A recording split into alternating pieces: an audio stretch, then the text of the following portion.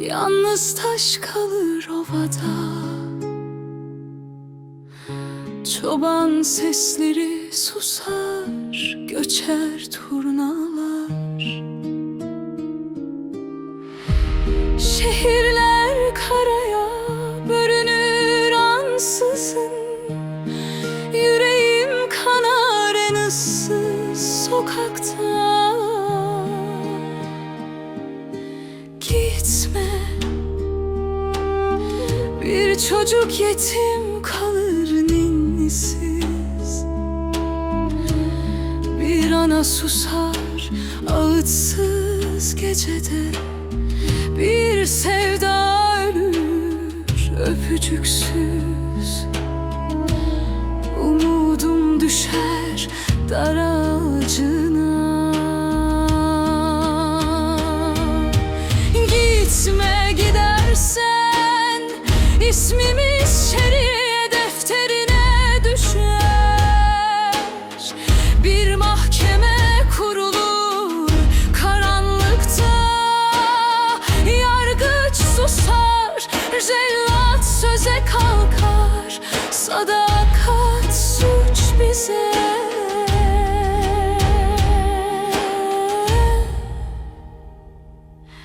Gitme, zindan kapısı paslıdır hala. Günler kurşunla sayılıdır içeride. Ben ki sana sarılınca çözüldüm. Dar ağacına bile ısınırdım seninle. Gitme yar, sen gidince cellat ekmeğine kan sürer. Düşlerimize pranga vurulur çocukların dilinde. Niniler değil ağıtlar dökülür.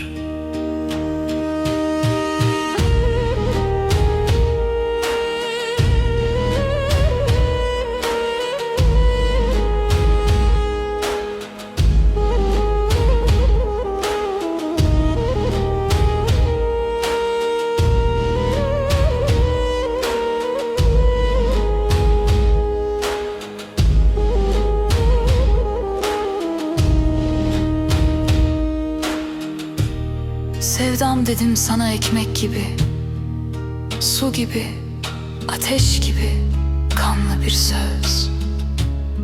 Gidişin sürgün, gidişin ihanet, gidişin bir daha dönmeyen özlem. Gitme, gitme yar. Dönersen belki güller açar taşlarda. Çocuklar yeniden düş görür.